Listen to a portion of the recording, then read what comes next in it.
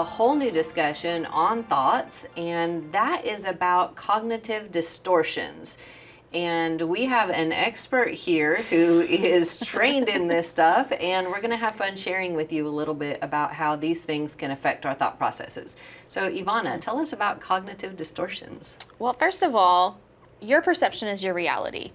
And so we all have a different reality because we all have a different perception. One of the things we talk about in counseling a lot are different thought filters or cognitive distortions. And so today we're going to break it down into 10 different cognitive distortions, and which are really just basically tendencies or patterns of thinking or believing. So I don't know about you guys, but I've had some skewed thinking. We talked about taking our thoughts captive last week, but sometimes the way we filter our thoughts or filter what other people say through our thoughts really messes with us. Yes. And so we want to help you start to understand the differences, because cognitive distortions or thought filters, they're really filtering your beliefs and causing them to be inaccurate or even false at times. And that can mess with your thinking, with your relationships, with your memories of the past, with all kinds of stuff. At least in my life it has. How about you, Jenny? Absolutely. And it causes friction in relationships. For me, there are times when I will only hear one part of what someone said, and then I can't even hear the rest of it because it's warped and it's magnified, and then everything else gets kind of shut down. And that happens in different ways through all of these different thought filters that we're going to be talking about. It's just what gets magnified and what doesn't get magnified, and what gets filtered out completely. And so I think for me it was really helpful to understand that these can actually be harmful, not just to my relationships, but also to me personally, where it's spirit, soul, and body, where all of those things are affected by the lens through which I see the world. Yeah, and I think there's a scripture, Paula, that might go along with some of this. Yeah, well, we're talking about, for as a man thinketh in his heart, so is he. And you can look it up in your own translation when it goes to Proverbs 23:7, the beginning of that. But there's so many places where, for me, realizing how those distortions were coloring my whole world, my universe was, and I didn't know they had all these like clinical names and terms and stuff for it. For me, it was just like, oh, you mean that's not the truth? That's not normal? Like wearing a heavy dark pair of sunglasses and thinking the whole world is almost black because that's what I see. And then as I started learning and changing and taking off these filters, the world would become all red or the world would be all green. And I kept thinking that was real. That's just how the world is. Right. And then when I found out it wasn't, and it was like, oh wow, over time I've gotten to see the world more and more with all these different colors and with much more reality than I ever had. Yeah, so the first one we're going to talk about, the first distortion, is all or nothing. Sometimes we refer to it as black and white thinking. That was one that I struggled with very intensely, I guess is the word there, especially in treatment. And so when I went to treatment for my eating disorder, my therapist had me make a bracelet that had the word gray on it to help me start thinking in a gray way, because it was I couldn't see any gray. It was either this way or this way, and there was no in between at all. Right. So it's that extreme. And so a lot of people that struggle with perfectionism struggle with that as well. Right, because it either is perfect or it was all wrong.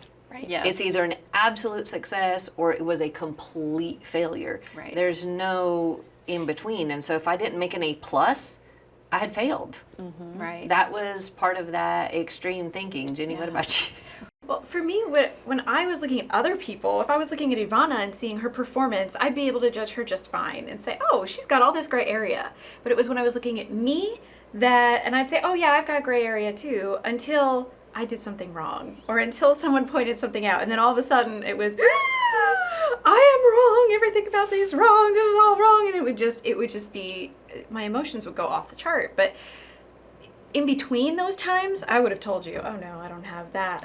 But when it really came down to it and I had to experience it, that's when it was that jolt of adrenaline that came in this idea of I'm totally wrong. And all of those negative thoughts about myself would just like pour in. And that's when I knew, okay, that's when I got to decide that that's a thought filter, and I need to look at this. And I would actually have my counselor would have me make a continuum, and I would write it down and say, okay, so if failure's over here and success is over here, where are you on this scale? And I had to see it visually because I am such a visual person to say, oh, I'm right there instead of all the way on the failure side. So that was helpful for me. And one of the things that I noticed in my process is that I said the words always or never a lot. Yes. That's very black and white. That's not, never and always are not in between words. So, you know, especially when it came to like counting calories, like I have to eat this amount, or I will never lose weight, or I'll always gain weight. Number 2 is overgeneralization. Yeah, and that piggybacks right on the last one we just did, all or nothing thinking, because we tend to overgeneralize those extremes. So then it's everyone always does, or nobody ever does. And I was good at layering these. So these first two would be that way for me. Nobody's ever done anything nice for me. Very definitely not true. But when I thought it, that was all I could see in that time frame. Or people are always mean to me, which again, very definitely not true. But when I read the world and saw things through that, then how was I not going to be depressed? If no one was ever nice to me and everybody was mean to me, I mean, my world was bad. Yes. Except that wasn't reality. Right. There were people mean and people who were nice and the in-between, and I just needed to reset my gauge. It was like my gauge was just broken, and I was judging everything off a broken gauge. I don't know. Well, we tend to, when we overgeneralize, we base it off of a single event. So my mom yelled at me. My mom always yells at me. Instead of saying, no, in that moment she might have yelled at me, but she doesn't always yell. Yeah, and if anybody has ever felt triggered before, then they will understand these thought distortions or cognitive distortions a whole lot. Because that's, when we're triggered, that we filter everything through a thought filter of some sort. So thought filter number 3 is catastrophizing. I was a queen of catastrophizing. I also had a bracelet that said that in treatment. Because I made, like, it was always the worst case scenario. Like, my therapist showing up late for a session is, oh my gosh, you know, I'm never going to have therapy, or which I'm, you know, then including overgeneralization and black and white, but it's that huge catastrophizing, like, it's awful. It's the worst case scenario. Right. So like I'm late in traffic, stuck in traffic right then. It's not only am I not going to get there on time, but now they're going to hate me and the deal isn't going to go through, and then I won't be able to feed my children. I'm going to get fired. It's going to be, and it's just this whole scenario when it's just a delay in traffic. So those kinds of things where I would catch myself realizing that I took one little issue or problem or whatever, and I could extrapolate it out or just pan it all out into the future that the end of the world was going to come, and it was just all, it was all going to be the absolute worst. You know, my kid doesn't answer the phone, and that means they've died in a car accident, and now I got to plan a funeral. I know I'm laughing, but seriously, like this isn't joking. This is the way those thought processes go, where I'm learning to stop. Wait, stop. What is the actual fact right now? The fact is the traffic is backed up. That could change in the next 2 minutes. Or they didn't answer the phone this time, maybe they had it on vibrate, whatever it is, but realizing that there's other explanations. And it seems silly when you're not triggered, and we were talking about this, like, really, Paula, you would think that your kids are dead or something just because they're not answering the phone. But that's what it's all about. It's about blowing things out of proportion. Yes. I don't need to be triggered to go to that one with the phone if someone doesn't pick up the phone, or if I can't reach them.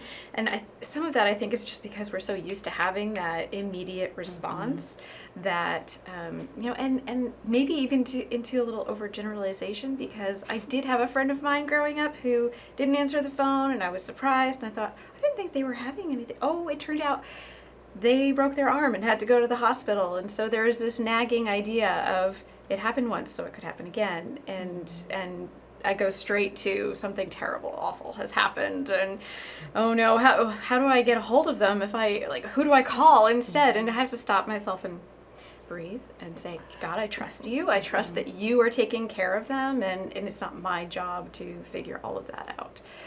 I don't want to miss right now. And it could be that their phone is just on vibrate and they know. couldn't hear it. Because I never have mine not on vibrate, so I don't know what it even sounds like if it rings. Right. So the fourth one we're going to talk about is mental filtering. Ooh, that's that tendency to focus on the negative. And we call that pessimistic sometimes, where somebody has a mental filter, and I can go, well, I'm not really pessimistic. I don't see everything as bad. I mean, I look at the roses and stop and smell the roses. But when it comes to anything that raises a question, is my automatic go-to the negative scenario? Is it the negative viewpoint? Is it, oh, they looked at me funny, so therefore they don't like me? Or maybe they looked at me funny because they were looking behind me at somebody else and they weren't even looking at me. There's so many of those places where when the go-to is automatically negative, it's seeing only that little piece of the puzzle. When I teach on this, I've done that in the past, but I've called it pain perspective. And I think that the enemy does this really well, where he just wants me to focus on that pain, and it's like we're looking through just one little like kaleidoscope kind of thing, and that's it. Like you said, it's very much zoomed in, and I have to think about, okay, what's the bigger picture here? Like what is it really? Because I would have a tendency to just make mental lists of all of the negative things and then repeat them and tell people what those lists were and repeat them to, more than one person. So I knew everything that was wrong. And I don't know, somehow I felt like that was making me more, effective in life. Like that was even, I had been seduced into thinking this is what I needed. I needed to have these lists of all of these negative things. Thank goodness. I don't feel that way anymore. Yes. Yay, God, for truth.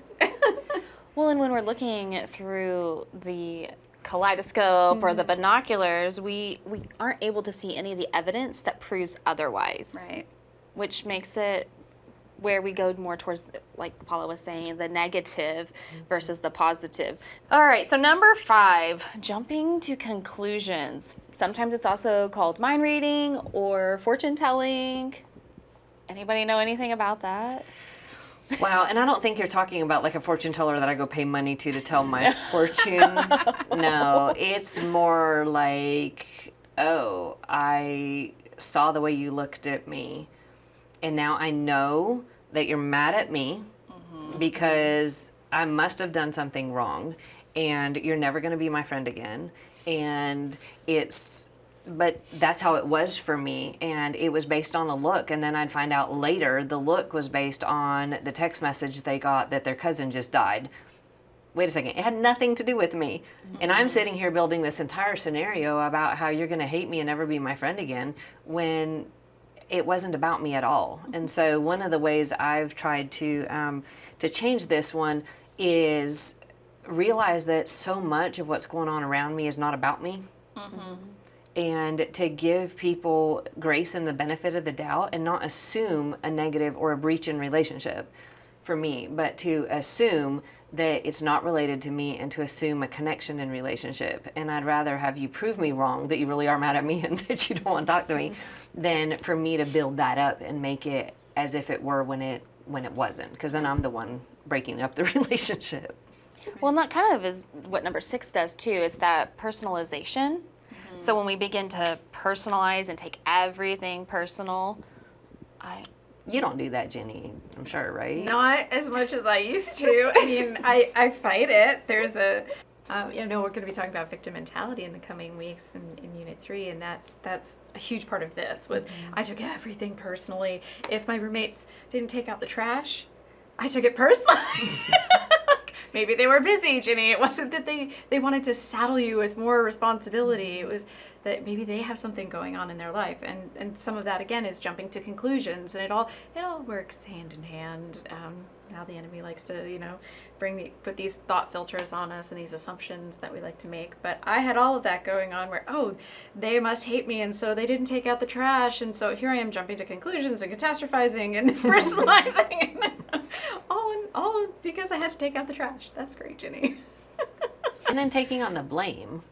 Right. Because then I, as a victim, I automatically thought everything was my fault. But you then make it a way of thinking like that, and it's any and everything around me that happens, or that the looks or the whatever the pieces are, the person's late, or it's my fault.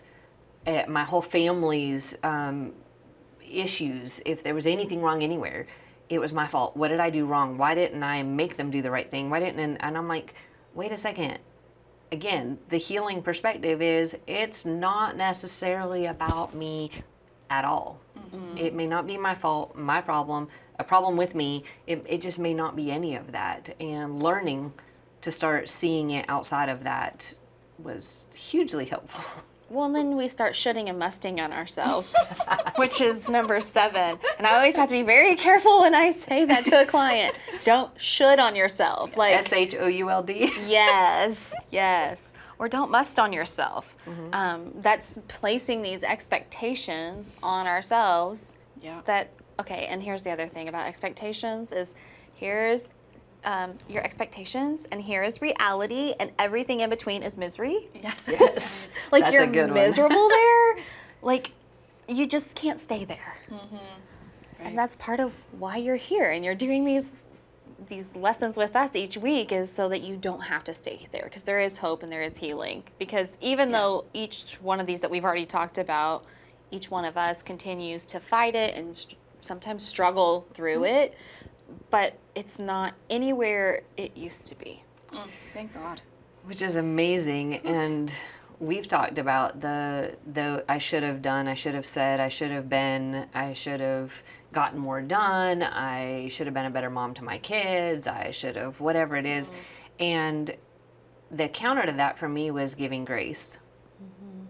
Other people may think I should have, or I might just have unrealistic expectations, or God might have a different plan than I did. But at the end of the day, it's going back to grace.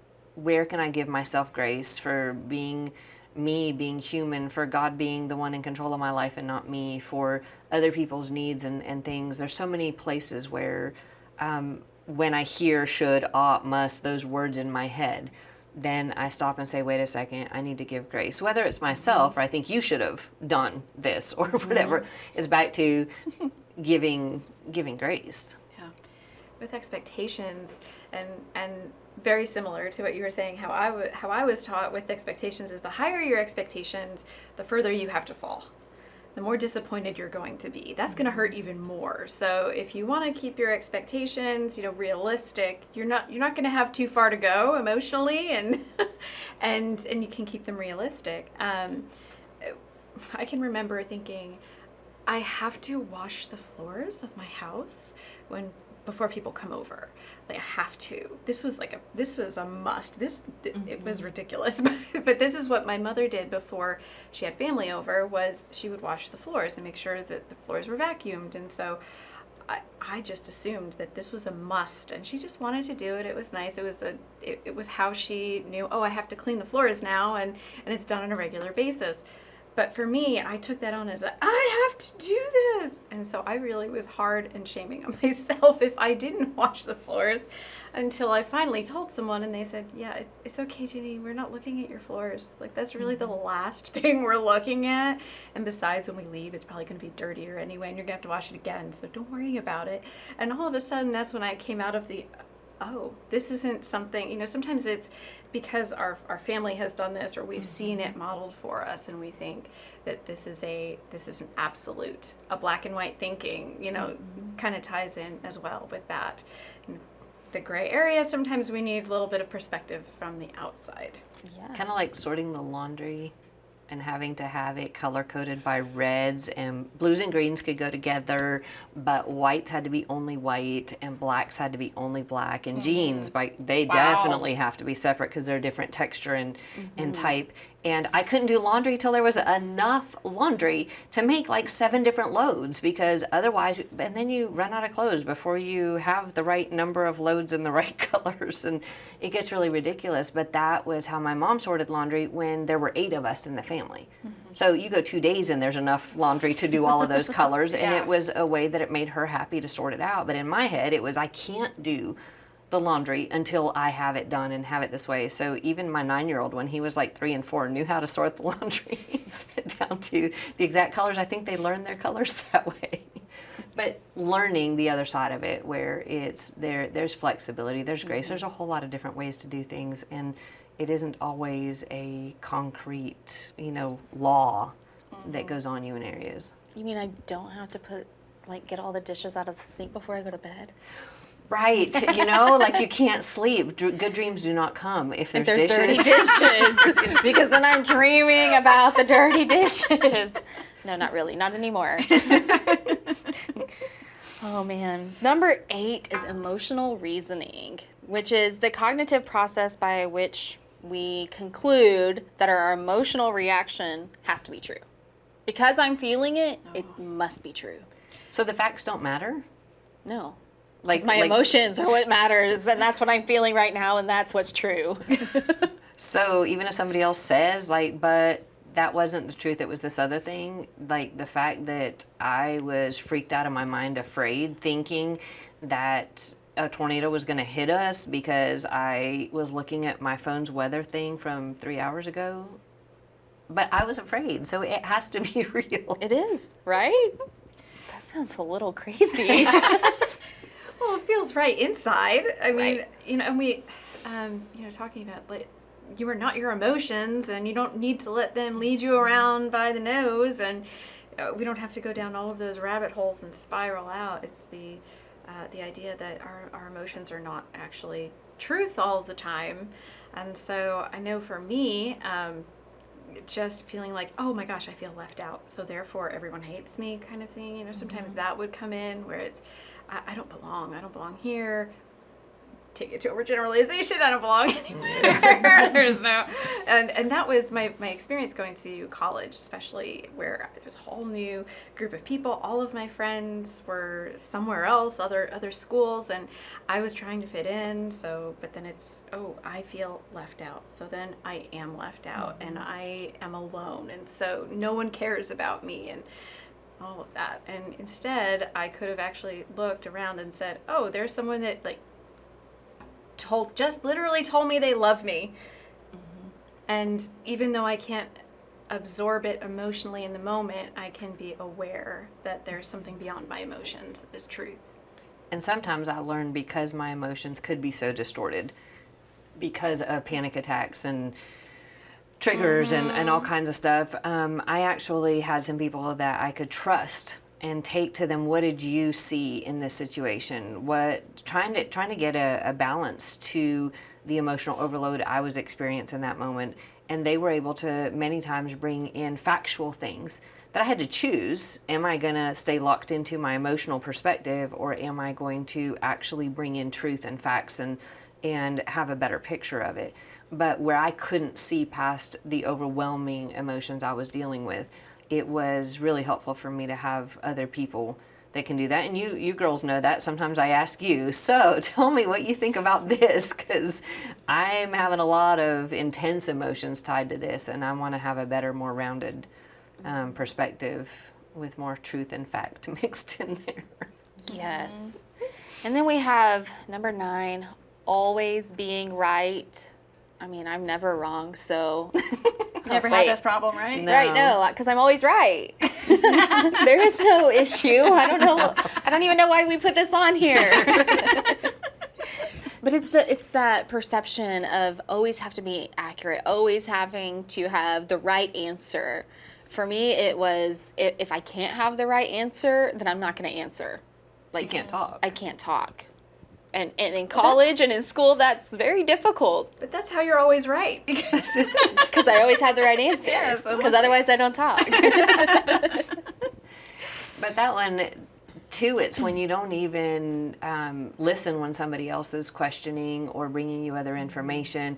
You've got to battle it out to the bloody end. You've got to prove it and keep fighting it and keep attacking, because if you're wrong, then that means you're worthless. That means that you're a failure. That means all these things, which again, back to the catastrophizing and the overgeneralization, and we go down Black and white thinking. black Yeah, and all white of it. thinking, where these things are what push you. And I remember in our family, we have a bunch of intelligent people, and we would have drag out debates on things you can't prove right or wrong.